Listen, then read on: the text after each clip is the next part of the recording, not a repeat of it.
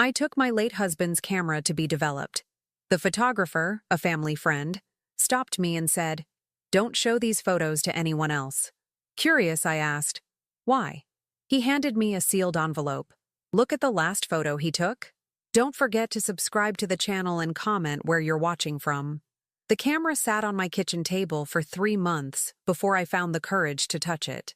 My name is Maxine Ashford, and I'm 64 years old. I've lived in this sprawling farmhouse in rural Pennsylvania for 42 years, ever since Daniel brought me here as a young bride. The house sits on 12 acres of land that his grandfather cleared with his own hands, surrounded by woods that turn copper and gold every October. Daniel died in April, sudden and complete. A heart attack while checking the fence line near the eastern property boundary. The paramedics said he was gone before he hit the ground. They found his camera hanging around his neck. Daniel was never without that camera in his final year. A vintage Leica M6, the kind that still uses film, that requires patience and intention. He'd bought it at an estate sale the previous summer and became obsessed with photography in a way I'd never seen him obsessed with anything. Every morning he'd walk the property, photographing fence posts and tree bark and the way light filtered through leaves. Our daughter, Caroline, thought it was early dementia. Our son, Marcus, called it a harmless hobby for a retired man with too much time on his hands. I thought it was beautiful. I thought my husband was finally learning to see the world again after decades of farm work and practical concerns. I was wrong about so many things. It was late July, 3 months after the funeral, when I finally picked up the camera. The leather strap still held the warmth of memory, or perhaps that was just my imagination. Inside, the film counter showed 36 exposures, a full roll completed. I'd been meaning to get it developed, but every time I drove past Norman's camera shop in town, I found an excuse to keep driving. Part of me wanted to preserve the mystery, to keep whatever Daniel had seen through that lens suspended in amber, undeveloped and pristine. But I woke that Tuesday morning with unusual clarity. The house was too quiet, the silence accusatory. I was tired of being afraid of photographs. Norman's shop occupied a narrow storefront between a hardware store and a defunct diner on Main Street in Millbrook, population 3,847. The bell above the door chimed as I entered, and the familiar smell of chemical developer and old paper enveloped me. Norman Breslin had been Daniel's friend since grade school, a thin man with kind eyes who'd photographed our wedding, Caroline's first steps, Marcus's high school graduation. "Maxine," he smiled, but something flickered behind his eyes. Surprise? Concern? "I wondered when you'd come." I placed the camera on the counter between us. "I'm ready now." He picked it up with the reverence Daniel had always shown it, turning it over in his hands. I remember when he bought this. He was so excited, like a kid with his first bicycle. Norman's voice went soft.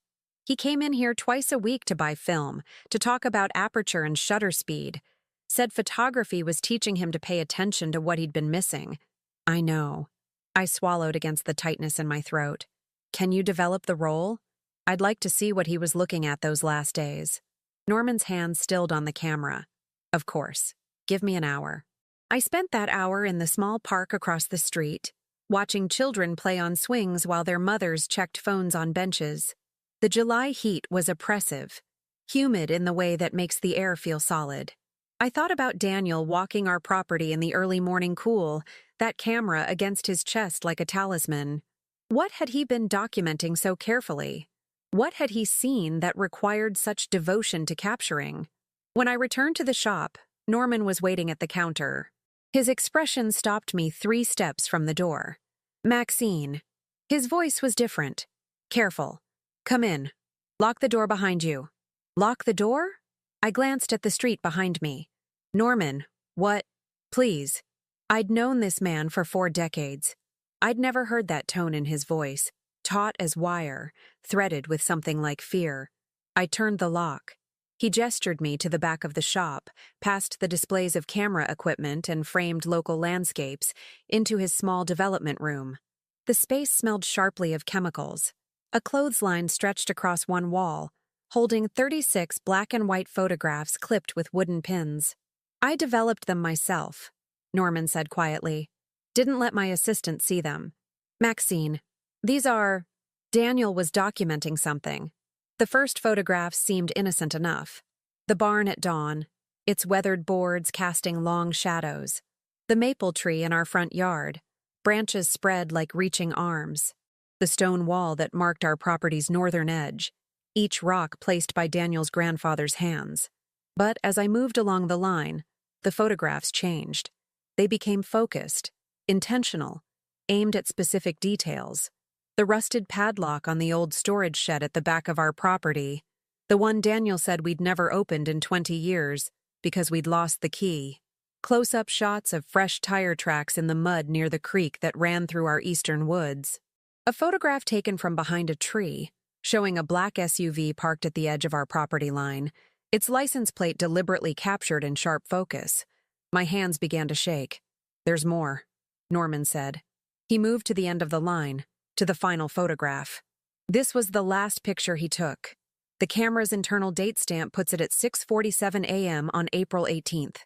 April 18th, the morning he died.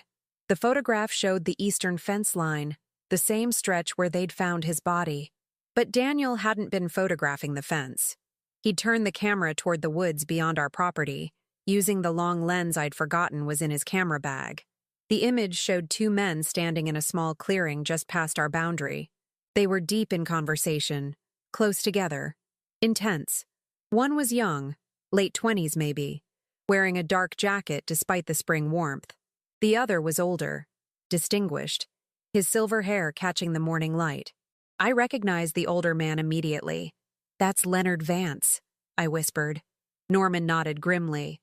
"President of Millbrook Bank and Trust. And Caroline's father-in-law." The words hung in the chemical-scented air. Leonard Vance had been a fixture in our lives for 6 years, ever since Caroline married his son, Philip. He was old money in a town that didn't have much money at all, descended from the family that had owned the mill the town was named for. He sat on every board, chaired every committee, smiled from every photo in the local paper. He had no business being in the woods at dawn near our property line. "Who's the other man?" I asked. "I don't know." Norman unpinned the photograph and handed it to me. But I ran the SUV's license plate through a friend at the DMV. "Maxine, it's registered to a company called Millbrook Development Partners, LLC, filed 6 months ago. Want to guess who the registered agent is?" I didn't need to guess. "Leonard Vance. And his business partner." Norman pulled out his phone, showed me a screenshot of a state filing. Listed as co-owner, Philip Vance, my son-in-law. The small room seemed to tilt. I gripped the edge of Norman's development table, the photograph crinkling slightly in my other hand. "What does this mean?" "I don't know. But Maxine, Daniel was clearly investigating something. Look at these." He gestured at the series of photographs. "This is surveillance. He was documenting activity on and around your property. The tire tracks, the vehicles, these men meeting secretly at dawn. And then he died." My voice sounded strange to my own ears, distant and cold. "I'm not saying anything definite." Norman's eyes were troubled. "But Daniel was a healthy man. I'd seen him the week before, and he climbed up to replace a light bulb in my ceiling without getting winded. A sudden heart attack at 65. No history of heart disease. The paramedics said it happens. It does." Norman took the photograph from my hands, slipped it into a sealed envelope along with the negatives. "Maxine, I'm going to tell you something, and I need you to listen carefully. Don't show these photographs to anyone else. Not Caroline, not Marcus, not Philip Vance. No one." "Why?" He pressed the envelope into my hands. "Because if Daniel was documenting something worth hiding, and if the wrong people know these photographs exist, you could be in danger. And because..." He hesitated, choosing his words with visible care. "Because I've been developing photographs in this town for 40 years, and I know what money looks like when it's trying to stay invisible.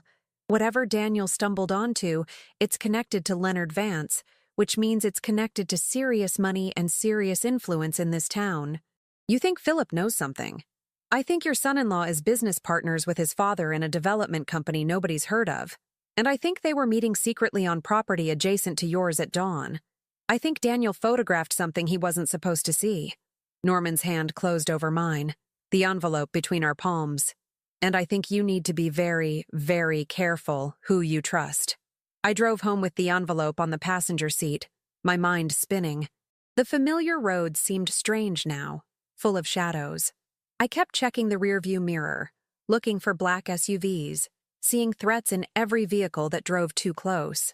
When I pulled into our long driveway, I saw Caroline's silver Mercedes parked in front of the house. My daughter stood on the porch, arms crossed, her expression impatient. At 64, I'd learned to read my children's faces like weather patterns, and Caroline's face showed storm clouds. "Mother," she called as I got out of the car. "We need to talk. Philip and I have been trying to reach you all afternoon." I slipped the envelope into my purse, my heart pounding. "I was running errands in town." "Well, we have news." She smiled, but it didn't reach her eyes. "Good news, actually. Philip's father has made us an incredible offer, and we wanted to discuss it with you. About the farm." I climbed the porch steps slowly, my hand tight on the envelope hidden in my purse. "What about the farm?" I asked. Caroline's smile widened. "He wants to buy it. And Mother, you won't believe the price he's offering." Behind her, through the screen door, I could see into my kitchen. There was Philip, sitting at my table in Daniel's chair, his phone in his hand, looking perfectly at home in my house, looking like a man who already owned it. I invited them both inside, though every instinct screamed at me to send them away. "Coffee?" I asked, my voice steady despite the envelope burning a hole in my purse. "No, thank you, Mother." Caroline settled onto the living room sofa with the proprietary air she'd developed since marrying into the Vance family. 6 years of marriage had transformed my practical daughter into someone who wore designer labels and spoke in the clipped tones of country club luncheons. "We don't want to take up too much of your time. We know how busy you are." I wasn't busy. She knew I wasn't busy. The comment was designed to sound considerate while actually being dismissive, a skill Caroline had perfected. Philip remained in the kitchen doorway, his posture relaxed, but his eyes alert. He was handsome in the way that old money often produces, tall, well-groomed, with the easy confidence of someone who'd never questioned his place in the world. At 32, he was 15 years younger than Caroline, something that had caused friction initially, but which Leonard Vance had smoothed over with the assurance that his son knew his own mind. Looking at Philip now, seeing him in my kitchen where Daniel had eaten breakfast every morning for 4 decades, I wondered what else Leonard Vance had smoothed over. "Mother, are you listening?" Caroline's impatient tone pulled me back. "I was saying that Leonard has been absolutely wonderful about this whole situation. He knows how difficult it must be for you, managing this property alone. I'm managing fine." "Are you?" Philip finally spoke, his voice gentle but pointed. "Mrs. Ashford, Caroline worries about you out here. 12 acres is a lot for one person to maintain. The house needs repairs. I noticed some loose shingles on the barn roof last week. The fence line needs attention. And honestly, at your age, I'm 64, not 94. Of course not." His smile was practiced, sympathetic. "But we have to be realistic. You're alone now. What if something happened? What if you fell or had an emergency? The nearest neighbor is half a mile away." The script was polished, I realized. They'd rehearsed this conversation, anticipated my objections, prepared their counters. I wondered how many times they'd practiced, how long they'd been planning this intervention. "What exactly is Leonard proposing?" I asked. Caroline brightened immediately. "He's offering $2 million for the property. Cash sale, quick closing. Mother, that's an incredible price for farmland in this area.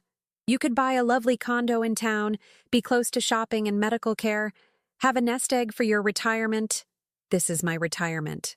This is my home. It's too much house for one person." Philip moved into the living room, his presence somehow diminishing the space. "And frankly, Mrs. Ashford, the property taxes alone must be eating into your savings. Daniel's life insurance couldn't have been substantial, and Social Security won't cover everything." How did he know about Daniel's life insurance? The question flashed through my mind like lightning, but I kept my expression neutral. "My finances are my own concern." "Of course they are."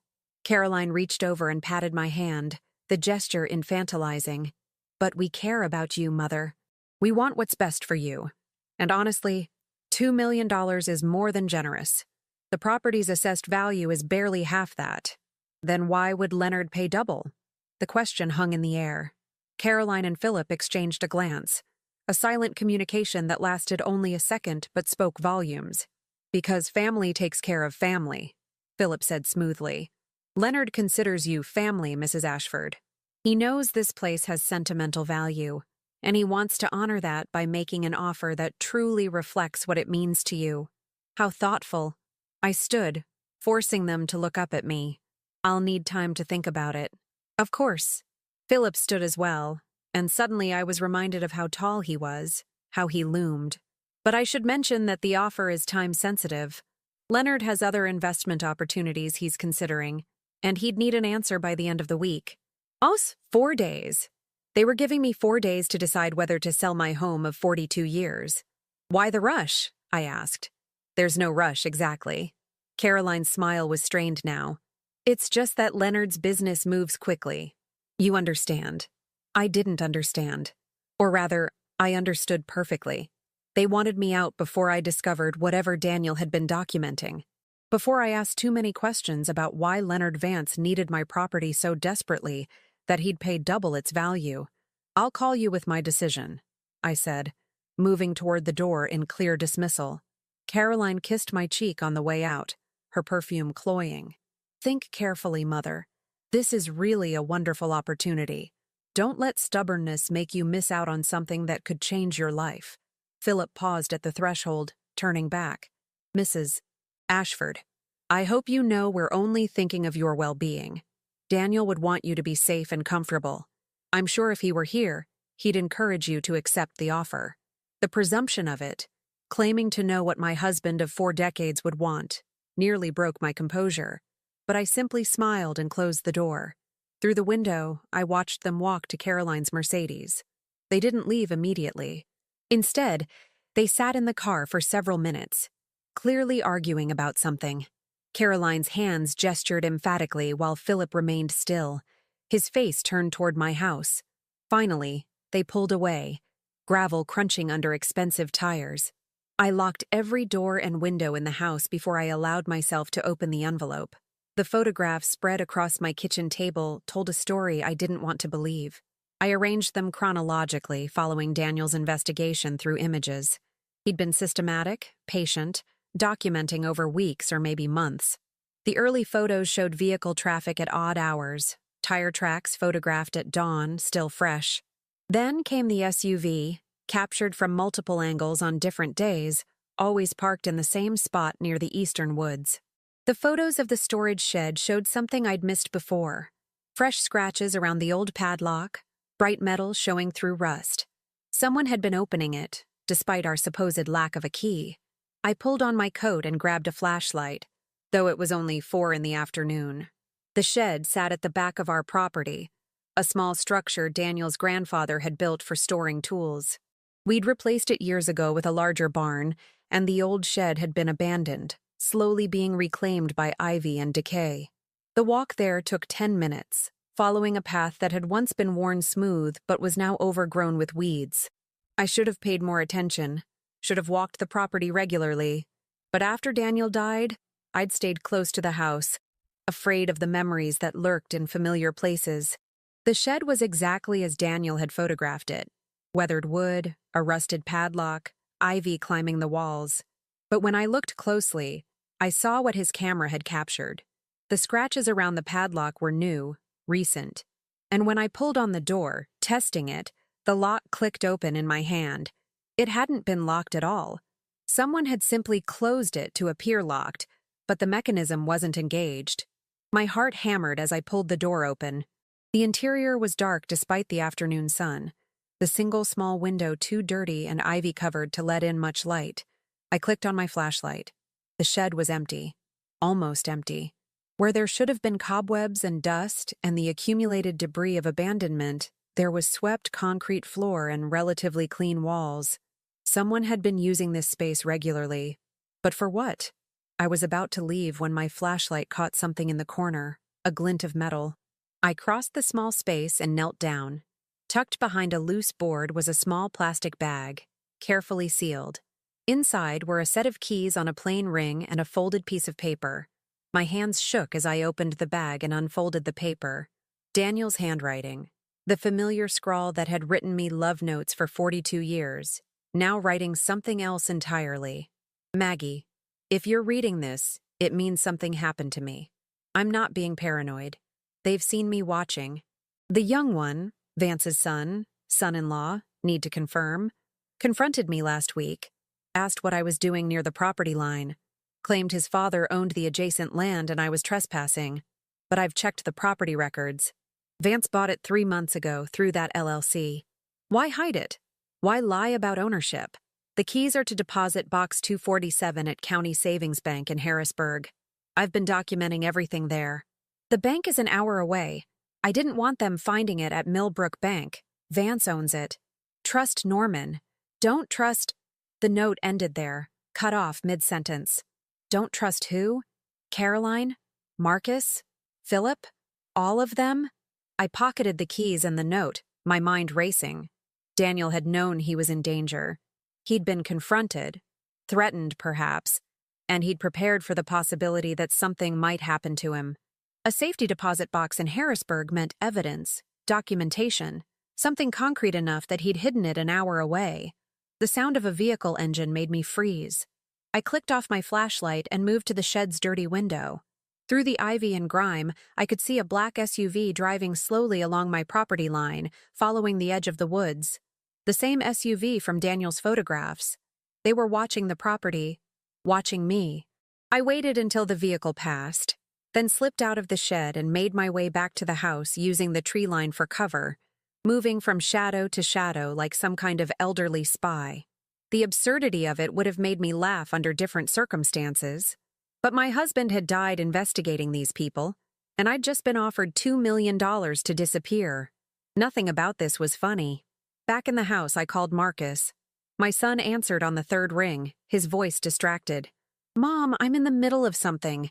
Can I call you back?" "When was the last time you walked the property?" I asked. "What? The property? I don't know, maybe Easter? Why?" Easter had been 4 months ago. A strained family dinner where Caroline had shown off her new diamond bracelet, and Philip had talked about his father's business acumen. Marcus and his wife, Jennifer, had left early, citing their teenage son's baseball game. "Have you noticed any unusual activity out here? Vehicles, people?" "Mom, you're worrying me. Is everything okay?" "Caroline and Philip were here earlier. They want me to sell the farm." Silence. Then, "Sell it? Mom, you can't be serious. This is Dad's property. His grandfather's property. You can't just..." "I'm not selling." Relief flooded through me.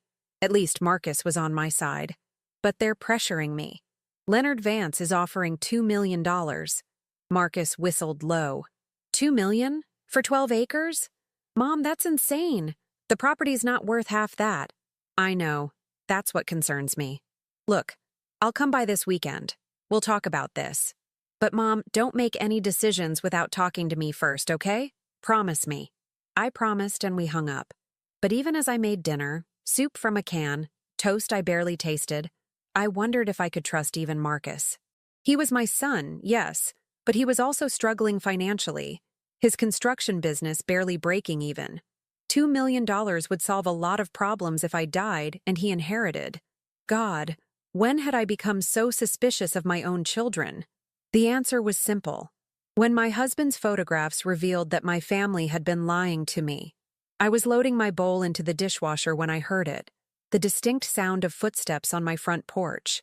Slow, deliberate steps.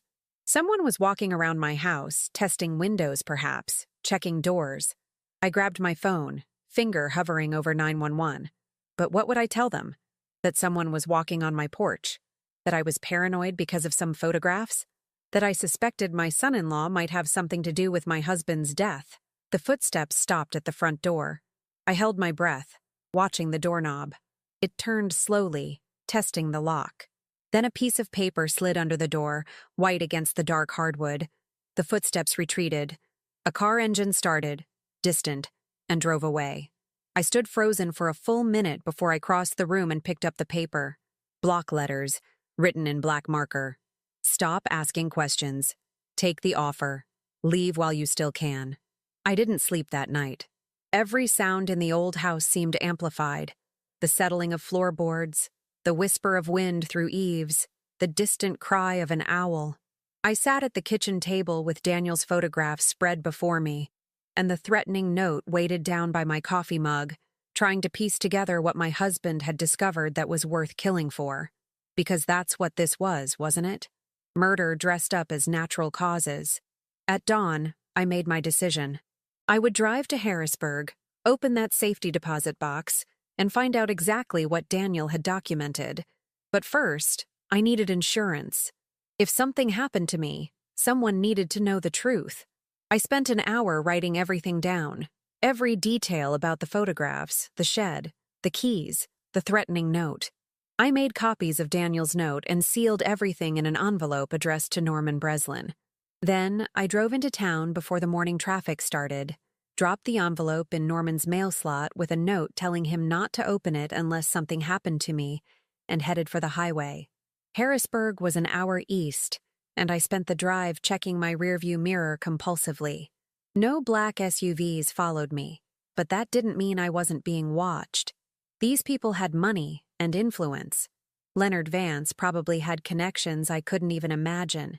County Savings Bank was a modest building on a quiet street, the kind of institution that prided itself on personal service and discretion. I waited until they opened at 9, then presented Daniel's keys to a young woman at the desk. "I need to access my late husband's safety deposit box," I said, keeping my voice steady.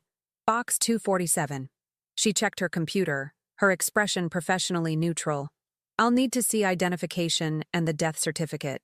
Thank God I'd thought to bring it. I'd been carrying Daniel's death certificate in my purse since the funeral, unable to file it away, as if keeping it close somehow kept him close. Now it served a more practical purpose. The woman reviewed everything, made copies, and finally led me to a small private room. "Take all the time you need, Mrs. Ashford. Press the button when you're finished." The box was larger than I expected, metal and surprisingly heavy. My hands trembled as I lifted the lid. Inside were 3 file folders, meticulously organized, and a small voice recorder. The first folder contained property records. Daniel had researched the land adjacent to our eastern boundary, the woods where he'd photographed Leonard Vance and the unknown young man. The property had been in the Blackwell family for generations, farmers who'd sold off parcels over the years as economics forced them out of agriculture. 3 months ago, Millbrook Development Partners, LLC had purchased the final 40 acres for $300,000. But that wasn't the interesting part. The interesting part was what Daniel had discovered about that land. Clipped to the purchase agreement was a geological survey report, dated 6 months before the sale. The report, commissioned by Millbrook Development Partners before they even owned the land, detailed significant deposits of natural gas beneath the property. Fracking rights. That's what this was about. Pennsylvania had been at the center of the natural gas boom for years, with energy companies paying millions for drilling rights. But our region had been considered marginal, the deposits too scattered or too deep to make extraction profitable. Apparently that assessment had changed. The second folder contained photographs, not Daniel's artistic black and white images, but printed color copies of documents, permits, applications, surveys. Millbrook Development Partners had been busy. They'd applied for drilling permits, environmental impact waivers, even started preliminary negotiations with pipeline companies. All of it quietly, through shell companies and intermediaries. Nothing that would show up in local public records where people might notice. And all of it required access across our property to reach the drilling sites. The third folder made my blood run cold. It contained a life insurance policy I'd never seen before. Daniel's signature at the bottom, dated 8 months ago. $2 million, with Caroline listed as the primary beneficiary and Marcus as secondary. But it wasn't a standard policy. It was a key man insurance policy, the kind businesses take out on essential personnel. And it was issued through Millbrook Bank and Trust, Leonard Vance's bank. Attached was a letter, unsigned, laying out the terms. If Daniel agreed to sell the property to Millbrook Development Partners for fair market value, $600,000 the paperwork specified, the insurance policy would be activated and fully paid. If Daniel refused, the policy would be canceled, and the premiums paid would be forfeit. It was leverage, pure and simple, an attempt to bribe Daniel with insurance money that would benefit his children. My hands shook as I picked up the voice recorder. It was small, digital, the kind you could hide in a pocket. I pressed play. Daniel's voice filled the small room, and I had to bite my lip to keep from crying out. It had been so long since I'd heard him speak. "This is Daniel Ashford, recording on April 17th. I'm leaving this for Maggie, in case my suspicions prove correct." A pause, the sound of him clearing his throat. I know how this sounds. Paranoid, maybe delusional. But I've been documenting activity on the adjacent property for 2 months now, and I finally pieced it together. He laid it out methodically. The geological surveys, the drilling permits, the need for access across our land. Leonard Vance and his son Philip had invested heavily in Millbrook Development Partners, betting on natural gas extraction. But without access to our property, they couldn't get equipment to the drilling sites. The alternative routes would cost millions more and delay the project by years. "They've been pressuring me," Daniel's voice continued, tighter now. Subtle at first. "Leonard invited me for drinks, talked about how difficult it must be for Maggie and me, aging in place on such a large property. Mentioned that he had buyers interested in farmland, could facilitate a smooth sale. When I declined, the pressure increased." The recording went silent for a moment, and I heard sounds in the background. Birds chirping, wind through trees. He'd been outside when he made this, probably on one of his morning walks. "They approached me formally 2 weeks ago with the insurance offer. Leonard presented it as a gift, a way to ensure my children were taken care of. But the terms were clear: sell the property or lose the policy. I refused. I told him our land wasn't for sale at any price." Another pause. When Daniel spoke again, his voice was different, frightened. "Yesterday, Philip Vance confronted me near the eastern fence line. He was angry, not bothering to hide it anymore. Said I was being stubborn and short-sighted. Said I was preventing progress and costing his father millions. Then he said something that chilled me to the bone. He said, 'You're an old man, Daniel. Old men have heart attacks. It happens all the time.' I stopped the recording, my hand pressed to my mouth. Philip had threatened him, had essentially told him he would die if he didn't comply. And then, the next day, Daniel had died of a heart attack. I forced myself to press play again. I'm documenting everything now. Every interaction, every threat, every piece of evidence I can gather. I've hidden copies with Norman. He knows to look if anything happens to me. Maggie, if you're listening to this, it means they did it. It means they killed me to get the property." His voice broke slightly. "I'm sorry, my love. I'm sorry I brought this danger to our doorstep. But you need to know the truth. Don't trust Caroline. She's been working with Philip. Probably doesn't even realize she's being manipulated. Don't trust Leonard Vance or anyone associated with his bank. And be careful with Marcus. He's my son, and I love him, but he's desperate for money. They might try to use him against you." The recording ended there, but I sat in the silent room for a long time, Daniel's words echoing in my mind. They killed my husband. My daughter was either complicit or being manipulated, and they were now trying to force me to sell using the same tactics: pressure, threats, and that obscene $2 million offer that suddenly made perfect sense. $2 million wasn't generosity. It was investment. With drilling rights to that adjacent land worth tens of millions, paying me $2 million for access was a bargain. I gathered all the documents, sealed the safety deposit box, and walked out of the bank with the files hidden in my oversized purse. The morning sun seemed too bright, the street too normal. How could the world look so ordinary when I'd just confirmed my husband had been murdered? I was halfway to my car when I saw him, the young man from Daniel's photograph, the one standing with Leonard Vance in the woods. He was leaning against a truck across the street, watching the bank entrance, watching me. Our eyes met. He straightened, reaching for his phone. I got into my car, locked the doors, and pulled out of the parking space with deliberate calm, even though my heart was hammering. In the rearview mirror, I saw him still on his phone, his mouth moving rapidly. Reporting to someone. Leonard? Philip? The drive home was a nightmare. I took random turns, doubled back, tried every trick I'd ever seen in movies to determine if I was being followed. I couldn't spot a tail, but that didn't mean there wasn't one. When I finally pulled into my driveway, Marcus's truck was parked by the house. He came out onto the porch as I parked, his expression troubled. "Mom, where have you been? I've been calling all morning. I had errands." I clutched my purse, Daniel's evidence hidden inside. "What are you doing here?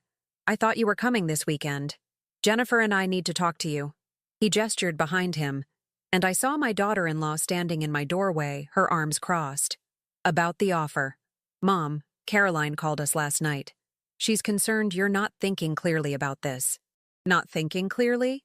I climbed the porch steps, anger overriding caution. "I'm thinking perfectly clearly, Marcus. The answer is no. I'm not selling. Mom, it's $2 million. Marcus's voice carried that patronizing patience adults use with difficult children or elderly parents. "That's life-changing money. You could live comfortably for the rest of your life. Never worry about property taxes or maintenance again. I don't want comfort. I want my home." Jennifer stepped forward, her expression a practiced mixture of sympathy and steel. She was a real estate agent, I suddenly remembered. She knew property values, knew the market. "Mrs. Ashford," she said gently, "I've looked into the offer. It's more than fair, it's extraordinarily generous. But there's something you should know. Leonard Vance filed paperwork yesterday with the county. He's petitioning for an easement across your property, claiming historic right-of-way access to the adjacent land." My stomach dropped. "That's not possible. There's no historic easement." "There might be." Jennifer pulled out her phone, showed me a scanned document. "According to these old property records, there was a logging road that crossed this land in the 1920s, before your husband's grandfather bought it.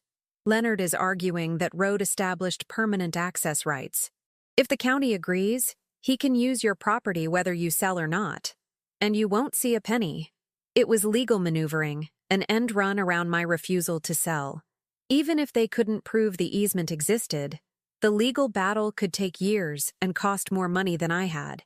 "Mom, please." Marcus's hand on my shoulder felt heavy. "Take the money. Take the win. Don't let stubbornness destroy this opportunity." I looked at my son, really looked at him. At the desperation in his eyes, the tension in his jaw. How much debt was he in? How badly did he need money? Bad enough to pressure his mother to sell her home? Bad enough to not question why Leonard Vance was being so generous? "I need to think about it," I said finally, pulling away from his touch. "Think fast," Jennifer said, not unkindly. "Leonard's attorney filed the easement petition yesterday. The hearing is scheduled for next week. Once that's in motion, everything changes." They left after extracting a promise that I'd consider the offer seriously. I watched them drive away, Marcus's truck disappearing down the long driveway, and I felt completely alone. Inside, I spread Daniel's evidence across the kitchen table one more time. The property records, the permits, the insurance policy, the voice recording. Proof of conspiracy, of manipulation, possibly of murder, but proof I couldn't use without putting myself in immediate danger. My phone rang. An unknown number. I let it go to voicemail, then listened with trembling hands. Leonard Vance's cultured voice filled my kitchen. "Mrs. Ashford, this is Leonard Vance. I apologize for the intrusion, but I wanted to reach out personally. My son tells me you're hesitating about our offer. I understand.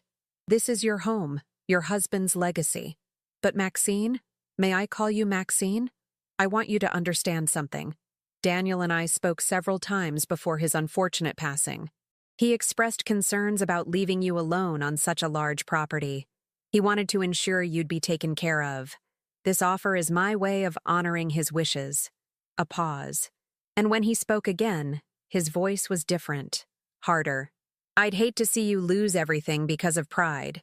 The easement hearing is next week. If you fight it, you'll spend everything you have on lawyers and still lose in the end. Take the offer, Maxine. It's the smart choice. It's the only choice. I'll need your answer by tomorrow evening." The message ended, and I sat in the gathering darkness of my kitchen, surrounded by the evidence of my husband's murder, trapped between threats and manipulation and family pressure. And then I remembered something Daniel used to say: "The best defense is a good offense." They expected me to be frightened, confused, easily manipulated, an old woman who'd fold under pressure. They were wrong. I picked up my phone and called Norman Breslin. "Norman," I said when he answered, "I need you to make me copies of everything. And then I need you to tell me the name of the best investigative reporter in Pennsylvania." It was time to stop being the victim in this story. It was time to fight back. Norman called me back within 20 minutes with a name: Nita Qualls, investigative reporter for the Philadelphia Inquirer, specializing in corporate corruption and environmental issues. She'd broken stories about fracking companies cutting corners on safety, about politicians taking bribes from energy lobbyists, about small towns destroyed by industrial extraction. "She's tough," Norman warned me, "and she won't run a story without ironclad evidence. But if anyone can take on Leonard Vance and win, it's Nita Qualls." I called her immediately, expecting to leave a voicemail or navigate through layers of assistance. Instead, she answered on the second ring. "Nita Qualls." "Ms. Qualls, my name is Maxine Ashford. I'm calling about a story involving illegal land acquisition, natural gas extraction, and possibly murder in Millbrook, Pennsylvania." A pause. Then, "You had me at murder. Tell me everything." I laid it out, all of it. Daniel's investigation, the photographs, the safety deposit box, the voice recording where Philip Vance essentially threatened my husband's life, the geological surveys, the shell companies, the pressure tactics. She listened without interrupting, and I could hear her typing rapidly in the background. "Can you prove all of this?" she asked when I finished. "I have documents, photographs, and a voice recording made by my husband the day before he died, the day before his heart attack." Her tone was careful, professional. "Mrs. Ashford, I need to be clear about something. Proving corporate malfeasance is one thing. Proving murder is another entirely. Heart attacks, even in relatively healthy people, do happen naturally. Without an autopsy showing evidence of foul play—" "I know." My voice cracked slightly. "I know it's not enough for criminal charges, but it's enough to expose what they're doing. The illegal drilling plans, the land manipulation, the intimidation tactics. That's still a story, isn't it?" "It's a hell of a story." I could hear the excitement in her voice now. "But here's what concerns me. If you go public with this, you become a target. These people have already demonstrated they're willing to kill. And Leonard Vance has serious political connections. County commissioners, state representatives, possibly even the governor's office. He can make your life very difficult. He already has. It will get worse. I've covered stories like this before. Once you become a public accuser, especially against someone with Vance's resources, the retaliation is swift and brutal. They'll dig into your past, looking for anything they can use to discredit you. They'll claim you're a grieving widow not thinking clearly, possibly suffering from dementia. They'll say you're making up stories for attention or money. I understand the risks. Do you?" Nita's voice softened. "Mrs. Ashford, Maxine, I admire your courage, but I need you to think carefully about what you're starting here. These people don't play fair. Neither do I. Not anymore." She was quiet for a moment. Then, "Okay, here's what I need. Copies of everything, all the documents, the photographs, the voice recording, but I want the originals secured somewhere safe, somewhere they can't be stolen or destroyed. Do you have a lawyer?" "No." "You need one, and not anyone local. Vance probably has influence over every attorney in your county. I'll send you some names, lawyers who specialize in this kind of case, who can't be bought or intimidated." She paused. "Can you get to Philadelphia? I want to meet face to face, go through everything in person. Bring all the originals. We'll make copies and secure them in my office safe." "When?" "Tomorrow. The sooner we move on this, the better. These people know you went to Harrisburg. I'm guessing they had someone watching the bank?" The young man leaning against the truck, phone in hand. "Yes. Then they know you found whatever your husband left there. They'll be scrambling to contain the damage. maybe accelerating their timeline. We need to move faster than they can react. Her voice turned hard, determined. Maxine, I'm going to help you take these bastards down, but you need to be prepared for war. After we hung up, I sat in the darkness of my kitchen, listening to the old house settle around me. War. That's what this was now.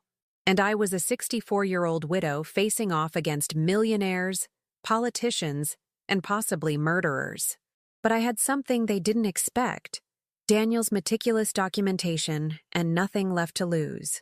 I was packing the documents into a briefcase when headlights swept across my kitchen window. A car pulling into my driveway at 10 o'clock at night. I moved to the window, keeping to the shadows, and felt my stomach drop. Caroline's Mercedes, followed by Philip's Lexus. They came to the door together, Caroline knocking loudly. "Mother, we know you're awake. We can see the lights. Please, we need to talk." I considered not answering, but that would only make things worse. I opened the door but didn't invite them in. "It's late," I said. "We know." Caroline's face was pale, strained. "Mother, Philip's father is very upset. He says you won't return his calls. He says you're being unreasonable about the offer." "I haven't decided yet." "Haven't decided?" Philip pushed past me into the house, and I was reminded again of how physically imposing he was. "Mrs. Ashford, you have until tomorrow evening. That's what my father told you. After that, the offer is withdrawn, and the easement hearing proceeds. You'll lose everything. Then I'll lose everything." I kept my voice steady. "This is my home, Philip. My husband's home. I won't be bullied into selling it." "Bullied?" His laugh was sharp, ugly. "You think this is bullying? You have no idea what bullying looks like." Caroline touched his arm, a gesture that was supposed to be calming but looked more like restraint. "Philip, please. Mother, listen to me. I'm worried about you. You're not acting like yourself. This obsession with Dad's old camera, spending your days going through his things. It's not healthy. Maybe you should see someone. A therapist or a doctor who could declare me incompetent." I finished for her. "Is that what you're suggesting, Caroline?" Her face flushed. "Of course not. I just think you're grieving, and grief can affect judgment. You're making decisions that don't make sense." "They make perfect sense to me."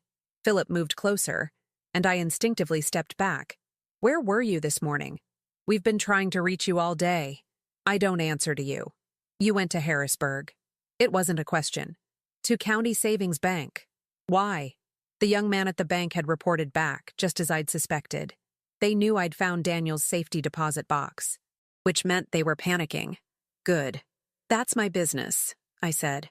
"No." Philip's voice dropped to something cold and dangerous. "It's my business when you start digging into things that don't concern you. Whatever Daniel was doing before he died, whatever conspiracy theories he filled his head with, you need to let it go." "Conspiracy theories?" I met his eyes directly. "Is that what you call documented evidence of fraud and land manipulation?" The room went silent. Caroline looked between us, confused. But Philip's expression darkened, confirming what I already knew. He was fully aware of what Daniel had discovered. "You need to be very careful, Mrs. Ashford." His voice was soft, measured, more frightening than if he'd shouted. "Accusing my father of illegal activity is slander. Making baseless claims about his business practices could result in a lawsuit.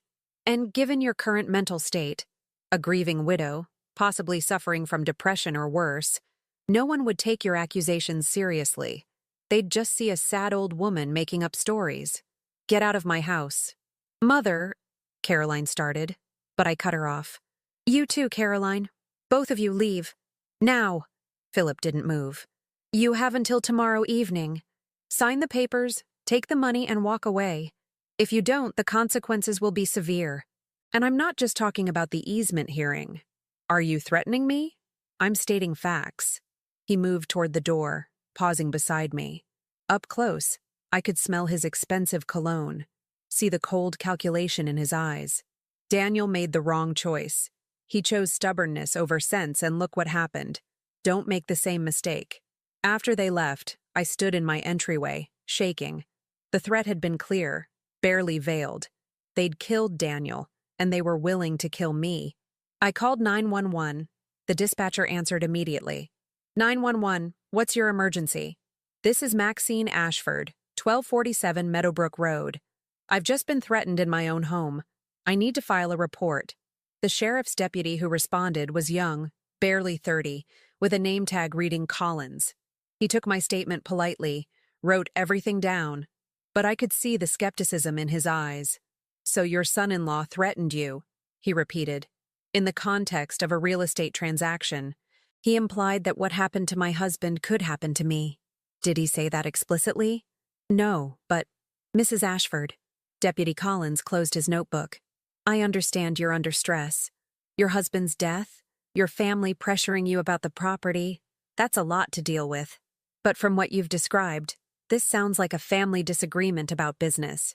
There's no specific threat I can document. He said I'd face severe consequences if I didn't sell. In the context of a legal easement hearing, correct? That's not a criminal threat. That's just reality. If you lose the hearing, you'll face legal and financial consequences. That's how civil court works. He softened his tone, trying to be kind. Ma'am, my recommendation is you talk to a lawyer about your options regarding the property. But there's nothing here that warrants police action. After he left, I understood the full scope of their power. They could threaten me openly, and no one would believe me. I was just an old woman, emotional and possibly unstable, imagining threats where there were only business negotiations. My phone rang. Marcus this time. Mom, Caroline just called me. She says you're making wild accusations against Philip. What's going on? Ask your sister what Philip said to me tonight. She told me. Mom, he was talking about the easement hearing. That's not a threat. That's just explaining the legal situation. He threatened me, Marcus. Or you interpreted a difficult conversation as a threat because you're under stress. His voice was gentle but firm, the tone of someone talking to a confused elderly relative. Mom, Jennifer and I have been talking. We think maybe you should come stay with us for a while. Get away from that house. Clear your head. All this stuff with Dad's camera, these ideas about conspiracies. They're not ideas. They're facts. Listen to yourself. You sound paranoid. You sound like... He stopped himself, but I knew what he'd been about to say. Like someone losing their grip on reality. Don't do this, Marcus. Don't let them manipulate you into thinking I'm incompetent.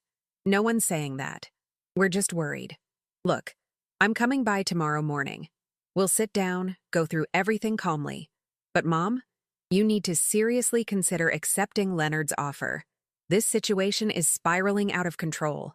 I hung up without agreeing to anything. My own son, the child I'd raised, was questioning my sanity. Caroline was clearly in Philip's pocket, either willingly or through manipulation. And the authorities wouldn't help me. I was alone. No, not quite alone. I still had Norman. I still had Nita Qualls. And I still had Daniel's evidence.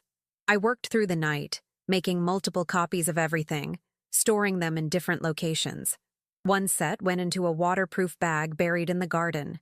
Another went into Norman's mail slot with detailed instructions. A third set I packed for my trip to Philadelphia. At dawn, I loaded everything into my car and prepared to leave. But first, I did something that would seem paranoid if I hadn't already been threatened. I set up my phone to record video continuously, propped on the kitchen windowsill with a view of the driveway. If anyone came to the house while I was gone, I'd have evidence. I was backing out of the driveway when I saw it. A white van parked on the road, partially hidden by trees. As I passed, I glimpsed the man inside. The young man from Daniel's photographs. The one who'd watched me at the bank. He was still watching. I drove toward the highway, checking my mirrors constantly. The van followed at a distance, trying to stay inconspicuous.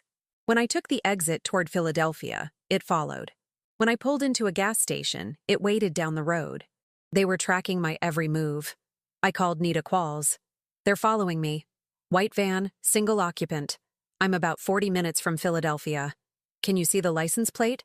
I read it off to her. Okay, I'm documenting this. When you get to the city, head straight to our offices. We have security. If they follow you into the parking garage, security will intervene. Her voice was tight with anger. These idiots are making our case for us. Every stupid move they make is more evidence of harassment.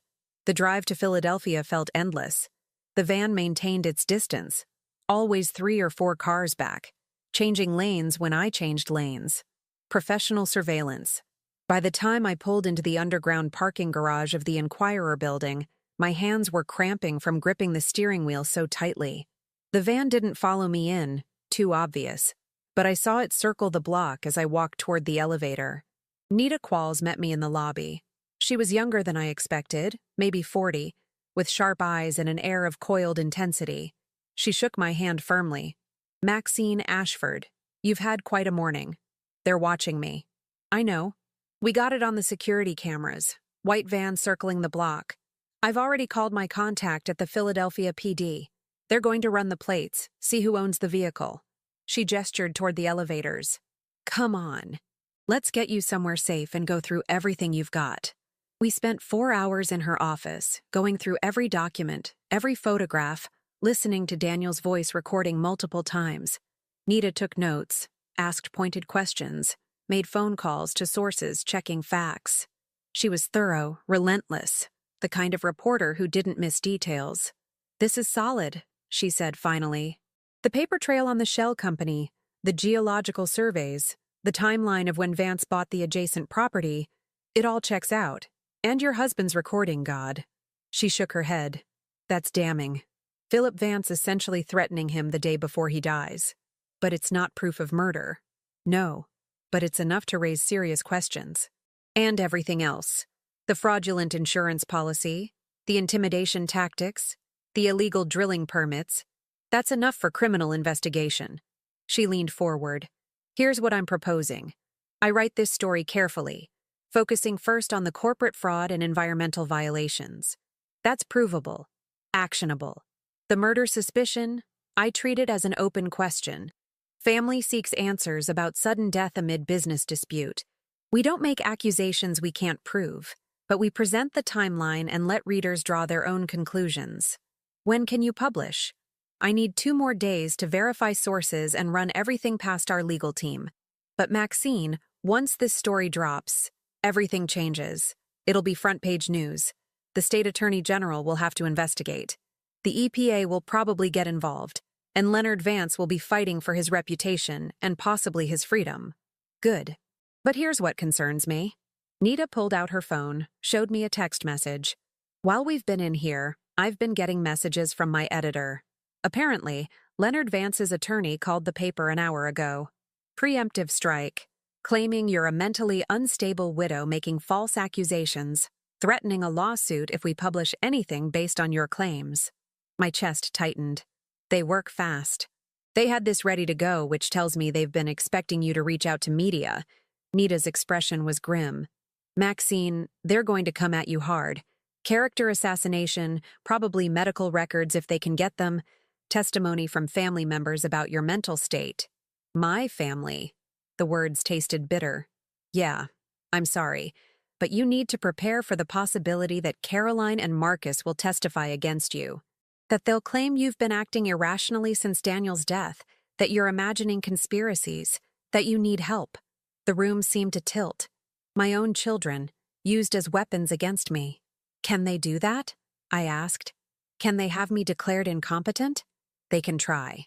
It's not easy in Pennsylvania. They'd need medical evidence, psychiatric evaluation. But they can make your life hell trying." She reached across the desk, gripped my hand. "That's why we need to move fast. Once my story publishes, you're not just a grieving widow anymore. You're a whistleblower, a witness in a criminal investigation. That changes everything." My phone buzzed. A text from an unknown number. "You have until 6 p.m. today. Sign the papers or face the consequences. This is your final warning." I showed it to Nita. She photographed it immediately, documenting the threat. "They moved up the deadline," I said, my voice hollow. "I have 5 hours. Then we need to move faster than they do." Nita stood, grabbing her jacket. "Come on, we're going to the police. The real police, not some small-town deputy. We're filing a formal complaint about harassment and threats. And then we're going to secure you somewhere safe while I finish this story." "Safe where?" "My apartment, guest room. They won't look for you there." She was already heading for the door. Maxine, for the next 48 hours, you disappear. No contact with your family. No going home. We make them think they've won, that you've run scared. And then, when they least expect it, we destroy them. As we left the building through a side exit, I caught a glimpse of the white van still circling, still watching, still hunting. But I wasn't their prey anymore. I was becoming their worst nightmare. Nita's apartment was a third-floor walk-up in a converted warehouse, all exposed brick and large windows. Safe, she'd said. Anonymous. No one would think to look for me here. I spent the first hour pacing, checking my phone compulsively. The 6 o'clock deadline came and went. No calls, no messages. Just silence, which somehow felt more ominous than threats. They're scrambling, Nita said, working at her laptop at the kitchen table. I have sources at the county clerk's office. Leonard Vance's attorney filed for an emergency hearing this morning. They want a temporary restraining order preventing you from accessing the property, claiming you're mentally unstable and might destroy evidence or harm yourself. On what basis? Affidavits from your children. She turned the laptop toward me, and I saw the court filing. Caroline's signature, Marcus's signature, both swearing that I'd been acting erratically, making paranoid accusations, refusing medical help. My children had declared me incompetent in a legal document. The hearing is tomorrow at 9 a.m., Nita continued gently. You don't have to attend. Actually, I'd recommend you don't. If they can get you in front of a judge right now, while emotions are high and they've framed the narrative as a concerned family trying to help a mentally ill widow, it could go badly. So, I just let them win? No, we let them think they're winning. She closed the laptop. My story goes live tomorrow morning at 6 a.m., 3 hours before their hearing. By the time they walk into that courtroom, the entire state will know about Millbrook Development Partners, the illegal drilling permits, the intimidation campaign, and the suspicious circumstances of Daniel's death. The judge won't be seeing a sad old woman. She'll be seeing a witness in a major corruption case. Will it be enough? Nita's expression was honest. I don't know, but it's the best weapon we have. I couldn't sleep that night. I lay in Nita's guest room, staring at the ceiling, thinking about Daniel, about the morning walks he'd taken with that camera, documenting crimes he hoped would never need exposing, about his final recording, his voice steady even though he knew he was in danger. Don't trust Caroline, he'd said. But he'd been wrong about one thing. Caroline wasn't manipulating Philip. Philip was manipulating Caroline, using her love and her desperation for approval to turn her against her own mother. My phone vibrated at 2 a.m. A call from Marcus. I almost didn't answer. But something in me needed to hear what he'd say, needed to understand if there was any part of my son left that remembered who I was. Mom. His voice was strained. Where are you? Are you safe? You signed a legal document declaring me incompetent. Silence. Then, the attorney said it was necessary to protect you from yourself. Mom, you've been acting crazy. I've been acting like someone who discovered her husband was murdered. He had a heart attack. Mom, listen to yourself. You're making conspiracy theories out of a tragic but natural death, and now you've disappeared. You're not answering Caroline's calls. You're hiding somewhere. This is exactly the kind of behavior that proves you need help. Is that what you really believe? Or is that what Philip told you to believe? Philip has nothing to do with this. Philip threatened me in my own home. He said I'd face the same consequences as Daniel if I didn't sell. He was talking about the legal hearing. God, Mom, you're twisting everything. You're paranoid and irrational, and you're going to get yourself hurt. His voice broke. Please, just come home. Come to my house. Let us help you. Help me by taking my property. Help me by signing documents saying I'm mentally ill. We're trying to save you from yourself. No, Marcus. Tears ran down my face, hot and bitter. You're trying to save yourself. How much does Philip's father owe you? How much debt are you in? What did he promise you if you helped convince me to sell? The silence lasted too long. Mom, don't. I ended the call, my hands shaking.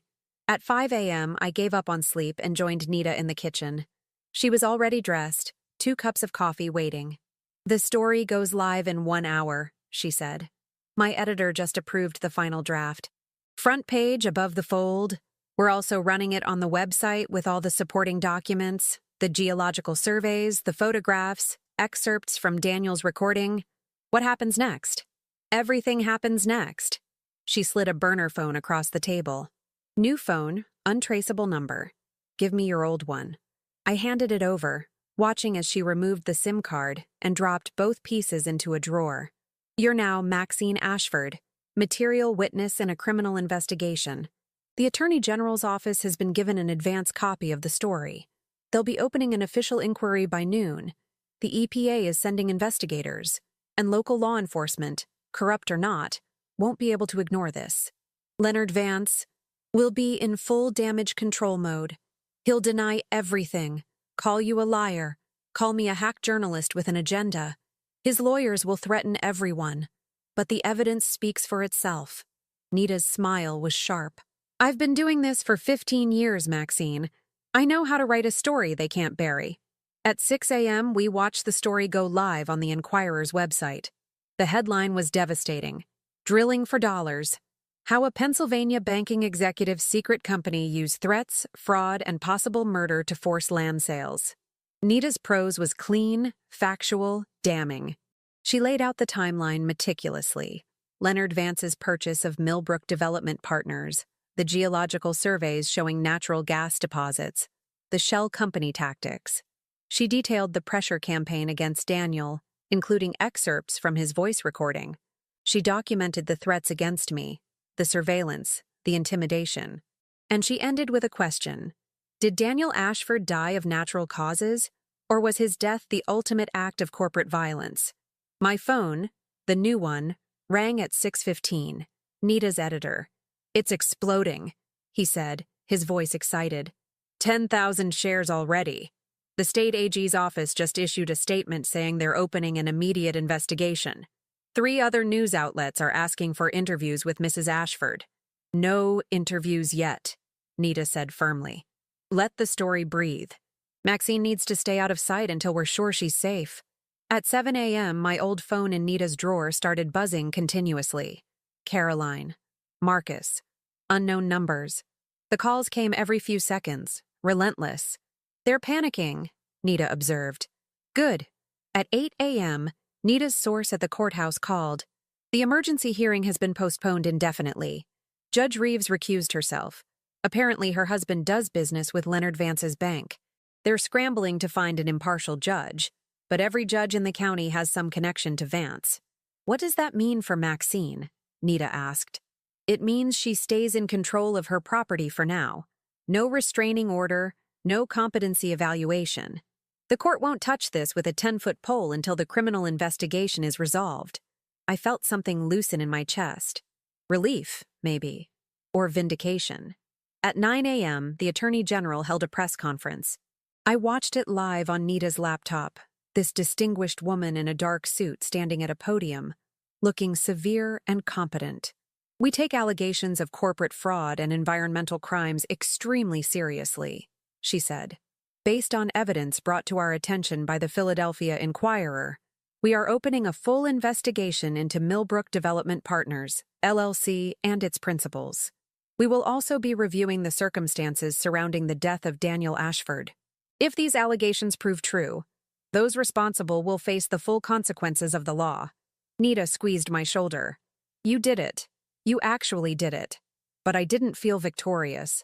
I felt exhausted and heartbroken and angry. My husband was still dead. My children had still betrayed me. And now I had to face them. I want to go home, I said. Maxine, to my home. I want to face them there, on my property, where Daniel died protecting it. Nita studied my face for a long moment. Then she nodded. Okay, but we do it my way. I drive you, I stay with you, and at the first sign of trouble, we call the real police. I have contacts at the state police barracks now. Deal? Deal. The drive back to Millbrook took 90 minutes. Nita drove while I watched the Pennsylvania countryside roll past, familiar and strange at the same time. How had everything changed so completely in just a few days? As we approached my property, I saw them. 4 cars parked in my driveway. Caroline's Mercedes, Marcus's truck, Philip's Lexus, and a silver BMW I recognized as Leonard Vance's. They were waiting for me. "This could be a trap," Nita said quietly. "It's not a trap. It's a reckoning." We pulled up slowly. The front door of my house stood open. They'd let themselves in, as if they already owned it, as if I were already gone. I walked up the porch steps with Nita behind me, her phone already recording video, documenting everything. They were gathered in my living room. Caroline, pale and angry. Marcus, looking sick with shame. Philip, his jaw tight with rage. And Leonard Vance, sitting in Daniel's favorite chair like he belonged there, dressed impeccably in a 3-piece suit despite the summer heat. "Mrs. Ashford," Leonard's voice was ice, "you've caused quite a commotion. You killed my husband. I did no such thing." He stood, and I was reminded that he was a tall man, accustomed to using his physical presence to intimidate. "Your husband had a heart attack, a tragedy, but entirely natural. What you've done, these wild accusations in the press, constitutes slander. My attorneys are already preparing a lawsuit. Sue me then. I have nothing to lose. You have this property, and when I'm done with you, you'll have nothing at all." His cultured facade cracked, showing the ruthless businessman beneath. "You stupid woman. Did you really think you could fight me? I own this town. I own the banks, the courts, half the police force. Your little stunt with that reporter changes nothing except making you look even more unhinged." The Attorney General disagrees. "The Attorney General is a political appointee who'll fold the moment my lawyers apply pressure. This investigation will go nowhere. There's no proof of any wrongdoing. Just the paranoid ravings of a dead man who spent his last months obsessed with conspiracy theories. And the geological surveys, the shell company, the drilling permits, all perfectly legal. Millbrook Development Partners is a legitimate business venture. The fact that we're positioned to profit from natural gas extraction is called good business planning, not fraud. And the threats? The surveillance? The attempt to have me declared incompetent?" Leonard smiled, cold and confident. "What threats? What surveillance? Mrs. Ashford, you've been under tremendous stress. Your children, who love you very much, were concerned for your safety. That's not a conspiracy. That's a family trying to care for an elderly relative who's clearly struggling with grief-induced delusions." I looked at Caroline, at Marcus. They wouldn't meet my eyes. "Is that what you're going to tell yourselves?" I asked them quietly. "That I'm delusional? That your father died naturally, and I just went crazy with grief?" "Mom," Caroline's voice shook. "You have to understand. Philip's father is a respected businessman. These accusations you're making, they're destroying his reputation, damaging his business. We had to protect him.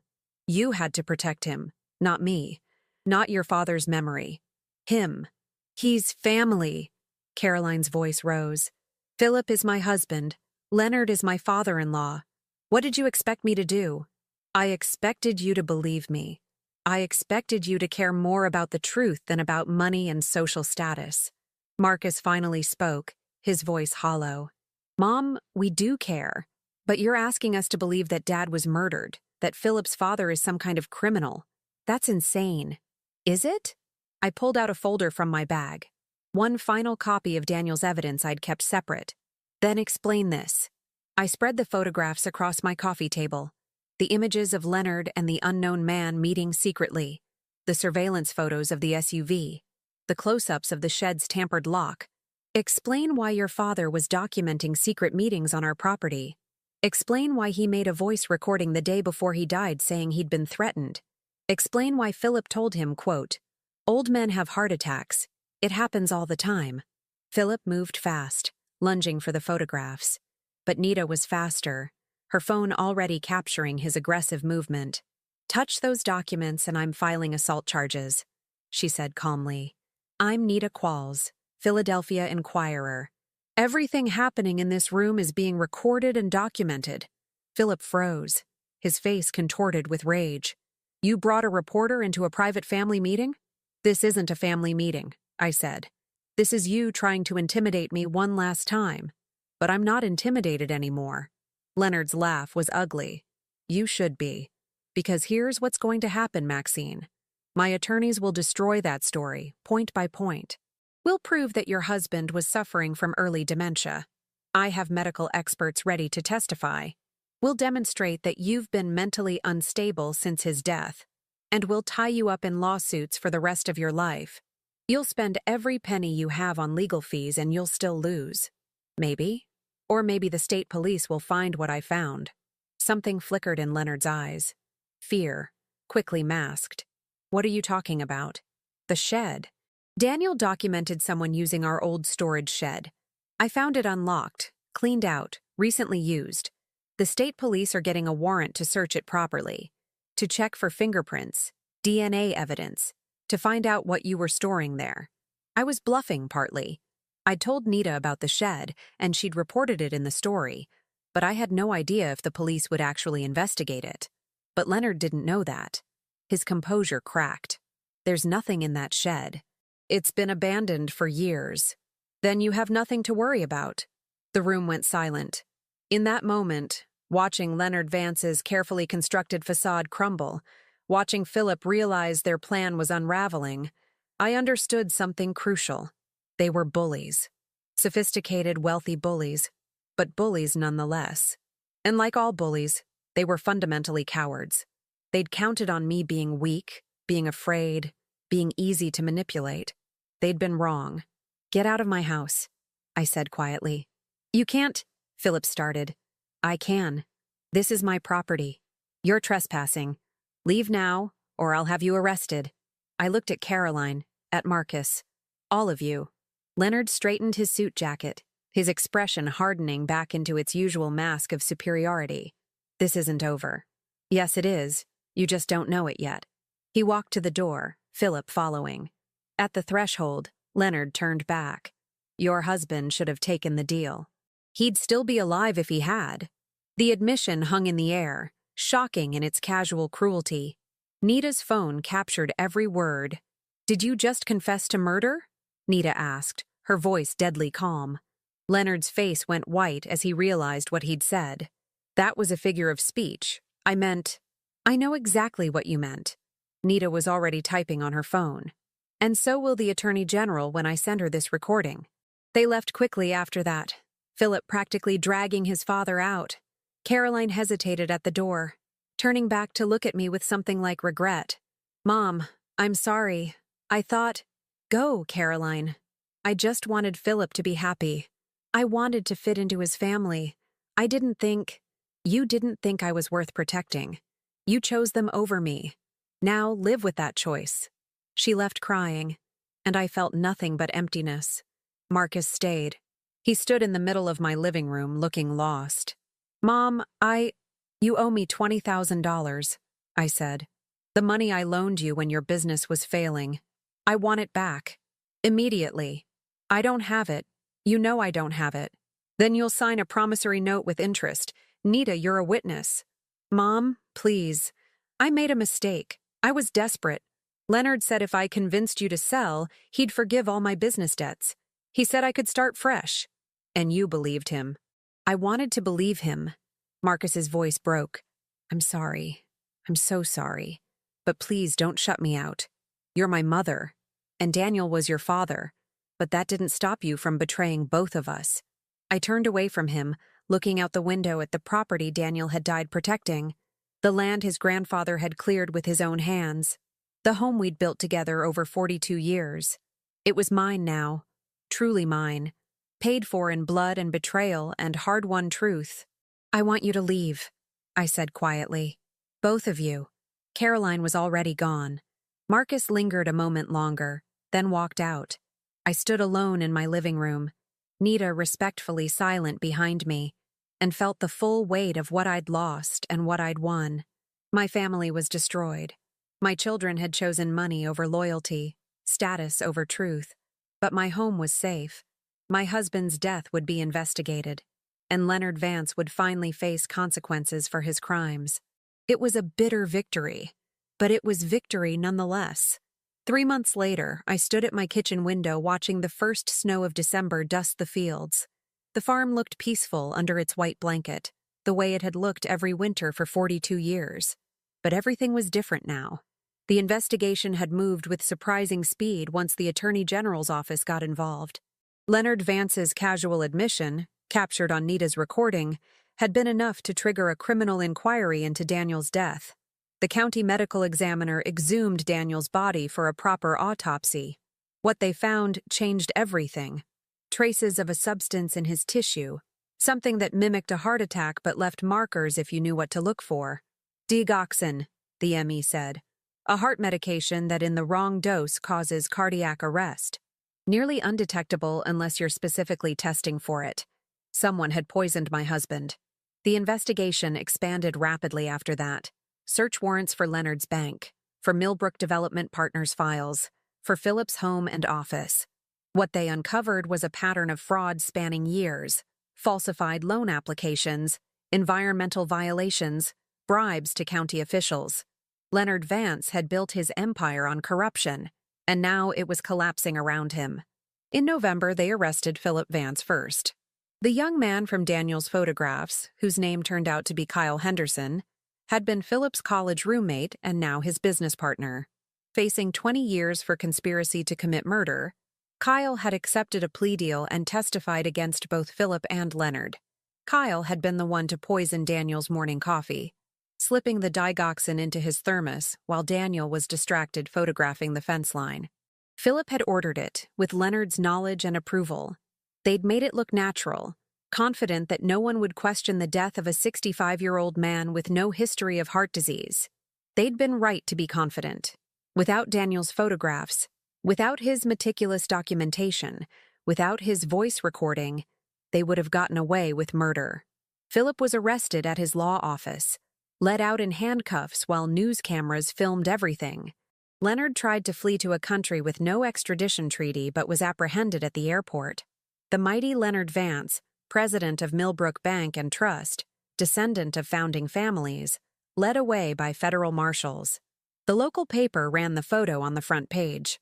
I didn't feel satisfaction exactly, just a cold, hard certainty that justice, however delayed, had finally arrived. But justice couldn't repair what had been broken in my family.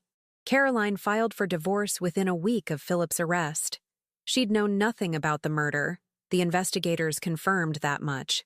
But she'd known about the fraud, the pressure tactics, the manipulation. She'd chosen to ignore it, to prioritize her marriage and social status over the truth. She called me once, 2 weeks after Philip's arrest. Mom. Her voice was small, devastated. I didn't know. About Dad, I mean. I swear I didn't know Philip had anything to do with it. But you knew they were pressuring me. You knew about the threats. I thought it was just business. I thought you were overreacting, being paranoid. Philip said. She stopped, and I heard her crying softly. He lied to me about everything. Our whole marriage was a lie. He married me to get access to the property through you. Leonard planned it from the beginning. The cruelty of it took my breath away. Philip had courted Caroline specifically because she was Daniel's daughter, because marriage to her meant leverage over us. 6 years of her life, stolen by calculation and greed. I'm sorry, I said, and meant it. Despite everything, she was still my daughter. I'm sorry they did that to you. I'm the one who should apologize. I chose him over you. I questioned your sanity, signed legal documents against you. Mom? How do I live with that? You live with it the same way I'm living with Daniel's death, one day at a time, and you learn to forgive yourself eventually. Can you forgive me? I was silent for a long time, watching the wind move through the bare branches of the maple tree Daniel had photographed so many times. I don't know yet, I said honestly. Ask me again in a year. She accepted that. We spoke occasionally after that, careful conversations that skirted around the deepest wounds. She was seeing a therapist, trying to rebuild her life. The divorce was proceeding. She'd moved into a small apartment in town, taken a job at the library, learning to be herself instead of Philip Vance's wife. It was a beginning, at least. Not reconciliation, but not total estrangement either. Something in between, fragile and uncertain. Marcus was a different story. He came to the house 2 weeks after Philip's arrest, standing on my porch like a stranger seeking permission to enter. I let him in, but I didn't make coffee. We sat in the living room where he'd once played as a child, where he'd brought his son for Christmas dinners, where he'd signed a document declaring me incompetent. "The promissory note," he said, handing me a check. "$20,000 plus 3 months interest. It's everything Jennifer and I had in savings." I took the check but didn't thank him. "Mom, I know I can't fix this. I know I betrayed you and Dad in the worst possible way. But I need you to understand. I was desperate. My business was failing. We were going to lose the house. And Leonard offered me a way out. He said all you had to do was accept the money and move somewhere easier. He made it sound like we were helping you, not hurting you. And you believed him because you wanted to believe him, because believing him solved your problems." "Yes." Marcus's voice cracked. "I'm not making excuses. I'm just trying to explain. I was weak and selfish and desperate, and I let a criminal manipulate me into betraying my own mother. You let him manipulate you into betraying your father's memory." "I know." He looked at me with red-rimmed eyes. "I know Dad died fighting to protect this place, and I tried to help the people who killed him take it away from you. I have to live with that for the rest of my life. But Mom, please, don't shut me out completely. I'm still your son." I thought about that. About the little boy who'd followed Daniel around the farm, learning to fix fences and plant seeds. About the young man who'd been so proud to start his own construction business. About the father who brought his teenage son to visit his grandmother even when it was inconvenient. He was still that person, underneath the mistakes and the weakness. But he was also the person who'd chosen money over loyalty, who'd signed documents declaring me mentally ill, who'd prioritized his own financial survival over his mother's safety. "I don't know if I can trust you again," I said quietly. "I understand. But can I try to earn it back? Can you give me that chance?" I thought about Daniel's voice recording, about his warning not to trust Marcus. But Daniel had also been a man who believed in redemption, who'd given second chances to workers who'd made mistakes, who'd always seen the best in people. "You can try," I said finally. "But Marcus, it will take years, maybe decades, and there will always be a part of me that remembers what you did." "I know." He stood, his shoulders heavy with shame. "Thank you for even giving me the chance. That's more than I deserve." He visited once a month after that, always calling first, always respectful of my boundaries. He worked on projects around the farm, repairing the barn roof, fixing fence posts, clearing brush, physical labor, penance paid in sweat and silence. We didn't talk much during those visits, but slowly, cautiously, we were building something new from the ruins of what we'd lost. The legal proceedings dragged through the fall and into winter. Leonard Vance's trial was scheduled for March. Phillips would follow. Kyle Henderson's testimony was devastating, laying out the entire conspiracy in detail. The geological surveys, the fraudulent permits, the decision to eliminate Daniel when he refused to sell. Nita Qualls won a journalism award for her coverage. She came to visit me in December, bringing wine and updates. "Philip's attorney is trying to negotiate a plea deal," she told me over dinner at my kitchen table. 20 years in exchange for testimony against his father. The prosecution is considering it. Will it be enough? 20 years? He murdered your husband. No sentence will ever be enough. Nita's expression was gentle, but it's more than most people get. Corporate killers usually pay fines and move on. Philip and Leonard will die in prison. I sipped my wine, thinking about that. Justice, but not satisfaction. Revenge, but not peace. "How are you doing?" Nita asked. "Really? I'm alone," I said honestly. "My husband is dead. My daughter barely speaks to me. My son is trying to earn back trust he'll never fully regain. I won this fight, but I lost almost everything in the process." "Did you, though?" Nita gestured around the kitchen. "You kept your home. You exposed corruption that was poisoning this whole region. You stopped Leonard Vance from destroying dozens of other properties. And you proved that one determined woman with the truth on her side can take down an entire criminal enterprise. Is that supposed to make me feel better? No. It's supposed to remind you that what you did mattered. Not just for you, but for everyone Leonard Vance would have victimized next." She reached across the table. gripped my hand. "You're a hero, Maxine, even if it doesn't feel like it." After she left, I walked through the house Daniel and I had shared for 42 years. Every room held memories. Caroline's first steps in the hallway, Marcus learning to read at the kitchen table, Daniel kissing me in the doorway before leaving for his morning walks. This place was haunted by love and loss and betrayal and triumph. It was mine, paid for in blood and grief and hard-won justice. In late December, I received an unexpected visitor. Norman Breslin, my old friend, the photographer who'd started this entire journey by developing Daniel's final roll of film. "I have something for you," he said, handing me a large envelope. Inside were photographs, dozens of them, printed carefully. All of Daniel's work from that final year. Not just the surveillance photos, but the artistic ones. The barn at dawn, the maple tree's branches, the fence posts casting long shadows, the play of light through leaves. Daniel's vision of our farm, captured in silver and shadow. "He loved this place," Norman said quietly. "Every photograph shows it. The way he framed each shot, the patience he took with the light. He was documenting beauty, not just evidence. He wanted you to see what he saw." I spread the photographs across my kitchen table, seeing my home through Daniel's eyes. The weathered wood of the barn wasn't decay. It was character, history, resilience. The old fence line wasn't just a property boundary. It was a testament to his grandfather's labor, to generations who'd worked this land. Daniel had been teaching himself to see beauty in ordinary things, and in doing so, he'd discovered evil hiding in plain sight. "Thank you," I told Norman. "This is the best gift you could have given me." That evening, I began framing the photographs, hanging them throughout the house. Not the surveillance images or the evidence. Those were locked away in legal files now. Just the beautiful ones. Daniel's last love letter to our home. On Christmas Eve, I stood in the barn, looking at the photograph Daniel had taken of this exact spot. The way the morning light slanted through the gaps in the wood, creating patterns on the concrete floor. It was still beautiful, even now. Especially now. My phone rang. "Marcus." "Mom, I know you probably want to be alone, but Jennifer and I were wondering if you'd like to come for Christmas dinner tomorrow. Just us and Ryan.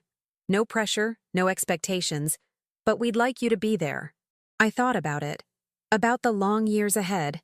About the slow process of rebuilding trust. About the choice between isolation and connection. Between nursing wounds and risking healing. "What time?" I asked. His relief was audible. 2:00. "And Mom?" "Thank you." Caroline called an hour later with a similar invitation. Coffee on Christmas morning, just the two of us. I accepted that too, carefully, knowing it wouldn't be easy but that it was necessary. Forgiveness would take time. Trust would take longer. But they were my children, flawed and human and capable of both terrible mistakes and genuine remorse. I could shut them out completely, nursing my righteous anger until I died alone in this big house. Or I could do the harder thing, hold them accountable while leaving the door open for redemption. I chose the harder thing, because that's what strength really looks like. Not revenge, not crushing your enemies, not winning at all costs. Strength is choosing to live fully, even after betrayal. It's insisting on justice while remaining open to mercy. It's protecting what matters while accepting that nothing lasts forever. Daniel had understood that. In his last months, documenting beauty and evil side by side, he'd been teaching me how to survive what was coming. On New Year's Eve, I walked the property line where Daniel had died. The eastern fence, the woods beyond where Leonard and Philip had plotted their crimes. I stood where my husband had taken his last photograph, where he'd pointed his camera at the truth, even knowing it might cost him everything. Snow covered the ground, pristine and peaceful. In the spring, I'd plant flowers here. A small memorial, nothing elaborate. Just something growing in the place where Daniel fell, transforming tragedy into beauty. The farm would continue. I would continue. Changed, scarred, but undefeated. I'd learned something these past months, something Daniel had known all along. Age isn't weakness. Experience isn't obsolescence. And a woman who's survived 6 decades of joy and grief and disappointment is far more dangerous than anyone expects. They'd seen an old widow, easy to manipulate. They'd been wrong. I was Maxine Ashford, 64 years old, keeper of this land, guardian of truth, survivor of betrayal and murder and family dissolution. I was stronger than they'd imagined, stronger than I'd imagined, and I would be here, on this farm, for as many years as I had left, not as a victim, not as someone who'd lost everything, but as someone who'd fought for what mattered and won. The house lights glowed warm behind me as I walked back across the snowy fields. My home, my sanctuary, my battleground, my victory. Inside, I made tea and sat at the kitchen table where Daniel and I had shared 42 years of morning coffee, where we'd raised our children, planned our lives, grown old together, where I now sat alone, but not defeated. On the wall hung Daniel's photograph of the maple tree, branches spread wide against a dawn sky, reaching, growing, enduring, like me, like this place, like the truth that had survived every attempt to bury it. I raised my teacup in a silent toast to my husband, to justice, to the long, hard road of healing ahead. "We did it, Daniel," I whispered. "We won." The house settled around me, old wood creaking, winter wind sighing through eaves, the sounds of a home that had witnessed everything: love and death, betrayal and justice, ending and beginning. Tomorrow I would have coffee with Caroline and navigate the awkward terrain of fractured family bonds. Tomorrow, I would have dinner with Marcus and pretend that 20 years of rebuilding trust would be enough. Tomorrow, I would continue the hard work of living with loss and triumph intertwined. But tonight, I simply sat in my kitchen, surrounded by Daniel's photographs, keeper of this farm and this truth and this hard-won peace. 64 years old, and finally understanding what my husband had spent his last year learning, that paying attention to what matters, documenting truth, and refusing to look away from difficult things, that's how ordinary people become extraordinary. That's how widows become warriors. That's how justice, patient and persistent, finally prevails. Outside, snow continued to fall on the farm Daniel died protecting. Inside, I finished my tea and prepared for bed, ready to face whatever came next. Because I'd already survived the worst they could throw at me, and I was still standing. Now tell me, what would you have done if you were in my place? Let me know in the comments. Thank you for watching, and don't forget to check out the video on your screen right now. I'm sure it will surprise you.